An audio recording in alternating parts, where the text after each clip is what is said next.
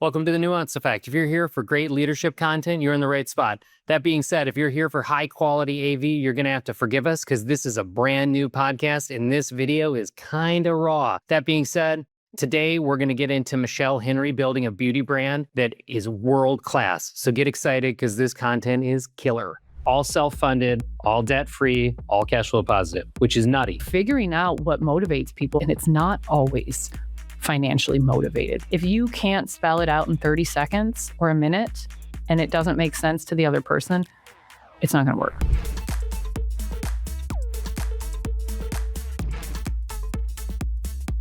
Welcome to the Nuance Effect, where we talk to CEOs, entrepreneurs, and top executives about how they have captured the power of small human moments as part of their reward systems and corporate strategies.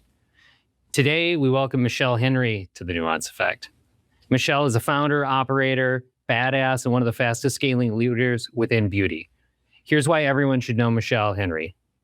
She built Face Foundrie into the world's largest focused facial bar franchise in just a few years, growing to 65 plus locations with 125 units in development, all self-funded, all debt-free, all cash flow positive, which is nutty. She previously built and exited a $25 million retail company where she started with just $8,000 during the recession. I'm sure that was way easier than it sounds. She's a YPO leader, EY Entrepreneur of the Year winner, founder of Savant Aesthetics Institute, and mother of 4 wonderful kids. She also just has this, I think you have this innate ability to like combine grit and creativity and operational expertise with a little bit of fun. Oh, thank you. Which is important. Sprinkle it in. You got to keep people going. Yes. And then, yeah, I think you're just reshaping the beauty industry because you have a really good grasp on it. And today we're going to talk about how nuanced effect, like I'm thinking of this nuanced effect as an investment thing, right? Yeah. I'm thinking about it as a leadership thing. It's like the combination of like consumer behavior, yes, and finance applied to an audience that would typically get ignored. So for you, I'm thinking estheticians. Yep. It's very easy to expect them to show up and do their work and keep coming back. In real life, I'm guessing turnover is exceptionally high in the industry. Yeah. You know what? It's funny. I don't think it's exclusive to estheticians. I think oftentimes, even in the service industry, so think cosmetologists, massage therapists, it could be expanded even past that. Mm-hmm. What makes them tick? And coming from a retail background and managing all sorts of mainly women, and then moving into managing estheticians. Estheticians are caregivers, right? They really deeply care. They are working in the service of others. They want to see people happy and feeling confident. And at the end of the day, that is what really makes them tick. And so figuring out what motivates them, what moves them, and what's exciting to them. And usually it's rooted in education and how they can continue to make people feel good. Mm-hmm. And so it's really kind of like peeling back the onion of, and this is not exclusive, again, to skincare or to aesthetics. I think kind it's of basic to people. Basic management, right? Is like figuring out what motivates people, what makes them tick. And oftentimes I think everybody leans towards, well, it's financial, right? You have to financially motivate. And I think Warren Buffett and Charlie Munger figured out incentives early on, and they always tapped into what's the incentive. And it's not always financially motivated for people. Most people, yes, but I've found that with estheticians, you have to get really creative.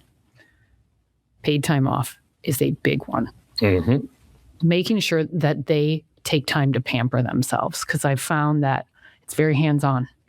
What can you do to surprise and delight them and reward them to make sure that they are also getting pampered? Because sometimes they forget about themselves, right? So I think those are just spend kind all of their time giving back. Yes. So they feel totally stressed. Yep. Probably like, at least my experience is, by the time you hear about a problem from an individual, it's gone way farther than it might. It's almost too late. Yes. So you need to be proactive. 100%. And so we cap the number of hours that they can work each week, which is, I think, it's interesting. Obviously, it's a little bit... you cap the number of hours. Yes. Like, we don't want them to overwork themselves because they're working with their hands all the time. And you think about it, you're pouring from your cup.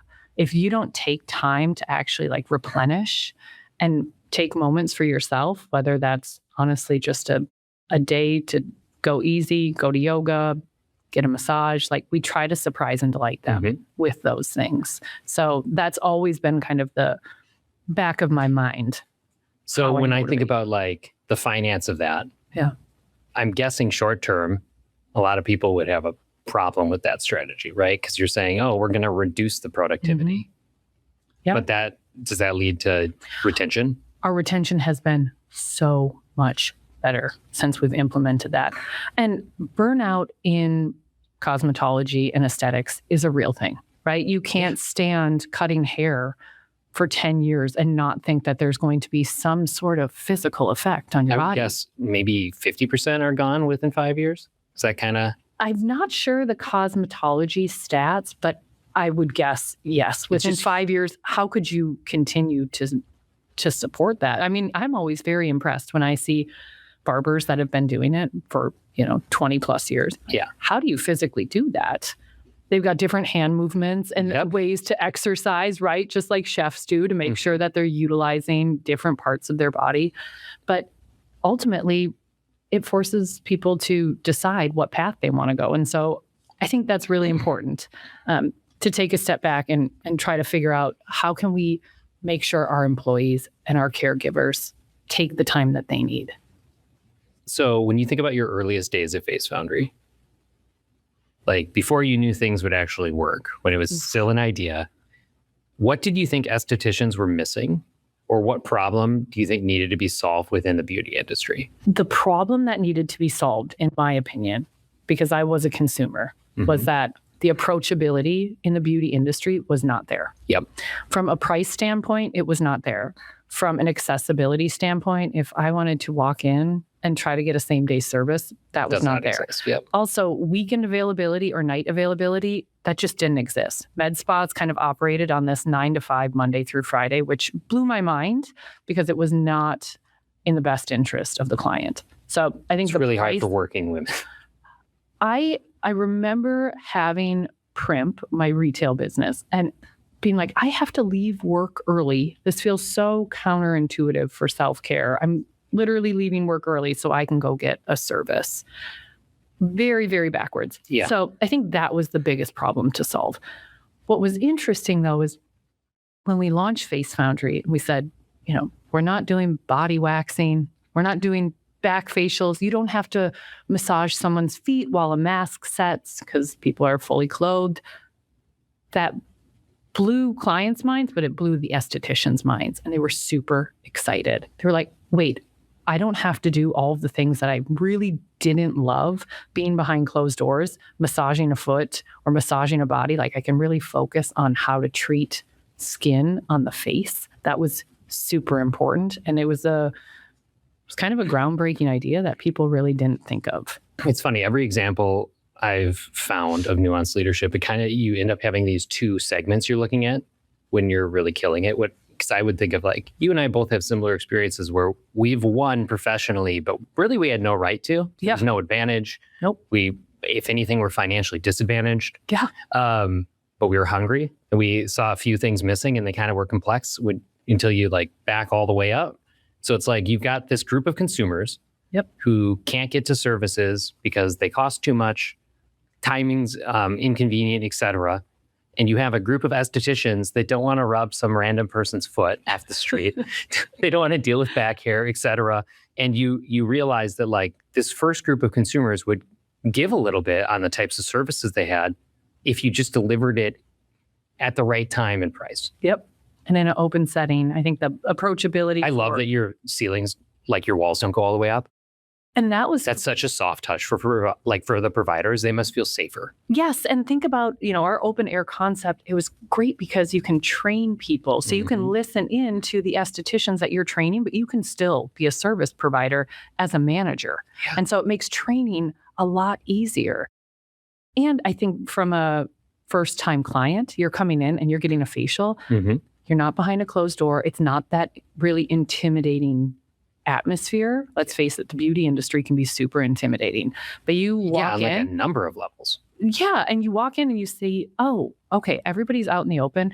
And there's still some seclusion and privacy, but you can actually see that, people are kind of together. It's great for hosting parties, bachelorette parties. I mean, all these things. So there was a lot to kind of build off of after you have those core ideas. Which is a really kind of interesting thing. Because like, I do think there's an element of this where like a good idea needs to change. And yes. when I think about Face Foundrie, and you as a leader, I think of you starting Savant. Oh, yeah. Can you talk about what Savant is quick? Yeah, absolutely. So Savant Aesthetics is an institute where we train in estheticians. And unlike most, Cosmo ST schools, where you have majority of the school focused on cosmetology, which is a longer course program, higher hours, and it used to be the most popular program. What we saw is that in 2022, there was a real shift, and we were struggling with the estheticians we were hiring. And they were coming out of school, and they had various skill sets. And so we saw this huge opportunity. How do we get in front of that? And how do we train them from the start and not focus on the cosmetology aspect, but just aesthetics? Again, very similar to Face Foundrie. Let's keep it very hyper-focused and do what we're good at. And ultimately then create a pathway. If they want to come into the Face Foundrie system, they certainly can, but that is not required. I would think through those moments, though, like those estheticians are probably more willing to share things that they're looking forward to in the industry, that they're interested in, behaviors they see your competitors doing in the industry that they think might be like professionally gross. For sure. And what's so fun is that we test all of the protocols and all of the products in Savant. So Savant is truly our beta test. And the students love that because guess what? They get to give real live feedback. And we get to take that and then implement it in Face Foundrie. So they're watching you learn? Yeah. And helping you with it? They're helping us learn. And they're obviously committing to that education and helping us shape not only Savant and how we train, but then ultimately Face Foundrie and how we introduce products nationwide. So I have a hard time thinking of how you would gain that type or that depth of understanding without doing the school. Yeah. How do your competitors do it? Like, how do they even approach that kind of problem of like training new staff, getting their protocols right, understanding what estheticians need? I think the really good leaders listen to their estheticians, but ultimately listen to their clients. And that's, again, not exclusive of the facial industry. But I think every good business owner knows, like, if you really want to know what people want, you just ask. Yeah. And all you have to do is just simply ask. Ask your clients and ask your staff members. And they hold clench your belly. Get ready. It might hurt. Yep. I mean, you know the story, how we launched, like going back to, there's some nuances there. There's some ways that we had to pivot and shed that ego and make sure that we were listening to and watching what the data presented and say, okay, we are not a juice bar and a facial bar. We are simply a facial bar. Let's streamline this. Let's change the layout. Let's go back to, what we know. Well, every great idea needs to be simplified. 100%. Yes. And if I find when we go down our tangents and we want to talk about great ideas, if you can't spell it out in 30 seconds or a minute and it doesn't make sense to the other person, it's not going to work. Yeah. For sure. Water it down. Try again. Especially like you're in a franchise model. Oh, yeah. So you have like a whole separate layer of stakeholders that want to run their own business, want autonomy, and are going to strive for that all the time. So you have to, I'm guessing communicating to that group is exceptionally difficult. Yes. We start first day, discovery day, even before they become franchisees. We lay that all out. Yeah. It's like, we want to provide the blueprint, but you have to understand that the blueprint works based on what we've seen.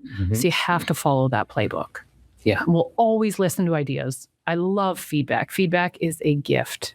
That is the best part. Our franchisees have helped shape our entire business model because they provide great feedback. And they are in store and they hear what the staff and what clients want. So they are our biggest advocates. But it's really then, let's lay out this playbook and let's all link arms and make sure that we can execute it together. Yeah. Maybe learn together. Yep. 100%. So there's a lot of layers. Yeah. No, I imagine there's a lot of layers, and I'm guessing it's constantly changing. And I think especially from a marketing standpoint, right? You have to be able to evolve quickly. And we just redid our grand opening playbooks, which it's so exciting. We're working on pre-sale models, which I absolutely love. And in franchising is just... Dude, your franchisees must love that. They were the people that brought us to this idea of like, how do we innovate? How do we start this pre-sale model? So they were absolutely at the forefront. They spearheaded this. So I think a lot of times when books touch on this, and this is part of why I'm doing research, because I think this is right, but I wouldn't be surprised if I'm wrong or off a little bit. You'll hear like LinkedIn's notorious for this. Give your team a day off. Go do all these activities that are fun. The world's fluffy and let's all high five and love each other. But realistically, if you don't connect it to finance, these kind of strategies don't work because you end up having to react to bad financial performance. And that's why you hear about, in my mind, a lot of companies that like do really nice things for their team and then 2 months later have layoffs. I can tell you a personal example of that. And I will say we're kind of beholden to a little bit of a influx in our growth.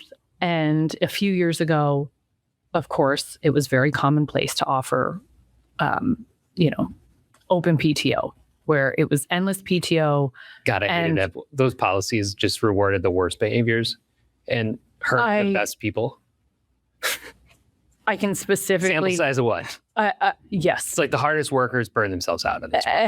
And we had people not only take advantage, like blatantly take advantage. Yeah. And you don't see it in the moment, but the financials will tell you 6 months later. And it was glaringly obvious. And so I think that kind of relates to what you're talking about, where personally, I felt that. I was trying to kind of do what I was asked and what other companies' policies were. I think in the moment, we were certainly not big enough. It was a good learn for me. I think we have a pretty happy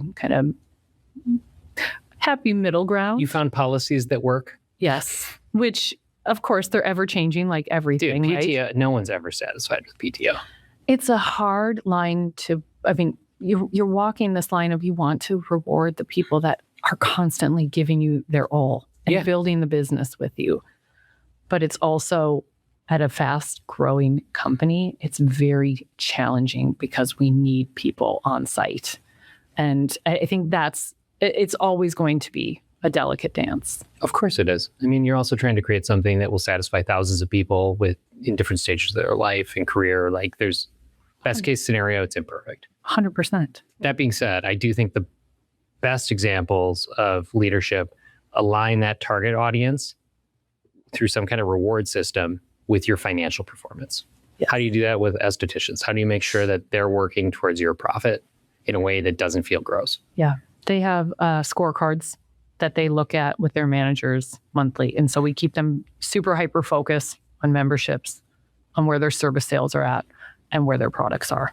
And we post those to make sure that they're open and transparent, that everybody sees how they rank.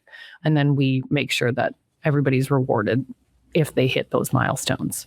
So a team member that sells a lot of memberships, rebooks services, and, gets people to use the blue stuff or whatever product, those are the standout performers? 100%. And then it's marked on their scorecard. And that's how we make sure that we dictate any sort of pay increases going forward. So it's very black and white. We also call out the really strong performers in our national newsletter. Nice. So franchisees can see, who across the stores. Looks like. Yep, absolutely. And then we bring them to our convention. So we'll make sure that they attend, they get behind the scenes. But it's really, again, involving them in the process. And this was a process that was created by not only managers, but also like our estheticians had to say, these are milestones that we feel like we can strive for and hit. So when I think about nuance leadership, it basically comes from consistently thinking about like a deep understanding of your audience, right? These estheticians, being adaptable with how you approach them based on learning new information and creating a reward system that like ultimately benefits your financial performance and that like keeps them motivated, Yep. right? Generosity is a big piece underlying that. Like I think having the willingness to like lose a battle to win the war Yep. is painful in the moment. A lot of people skip it, but it leads to like way better outcomes. Yeah. So when you think about generosity and your willingness to like lose a battle, typically the war is for retention and adoption. Those are the two things you need to win in one way or another. You need to get good estheticians and you need to keep them in an engaged way. What's an example of how you were more generous than your competitors needed to be at a time that actually led to more profit? Flexible scheduling. Okay. I think that being able to work with people and understanding, like, of course, Saturdays, Sundays, they understand that they're going to make probably the most in tips and gratuities because it's the busiest. Yep. But being able to train your managers to understand flexible scheduling is crucial. Make sure that if there is an esthetician that is fantastic and worth keeping, let's work around her schedule. Yeah. And it sounds so simple, but like normally, and I've seen this with our competition. Does it sound simple? It sounds simple to me, but I bet executionally it's really hard. and that's just it. It's like, again, it goes back to listening to what is really exciting and incentivizing to this person. And if it is to have that consistent schedule where they have these certain days off, how can we make that work? If they are fantastic, there's pretty much nothing I would do to not retain them. So how do we make that work? And I think our history speaks for itself. We've got estheticians that have been with us almost 6.5 years, which is like... That's fantastic. That's a long time. Yeah. And we've also continued to elevate them. You know, they're not still in store. Well, one of our first hires is actually running our school. Another first hire, she runs all of our franchising programs. So it's continuing to make sure that you're carving out a path too.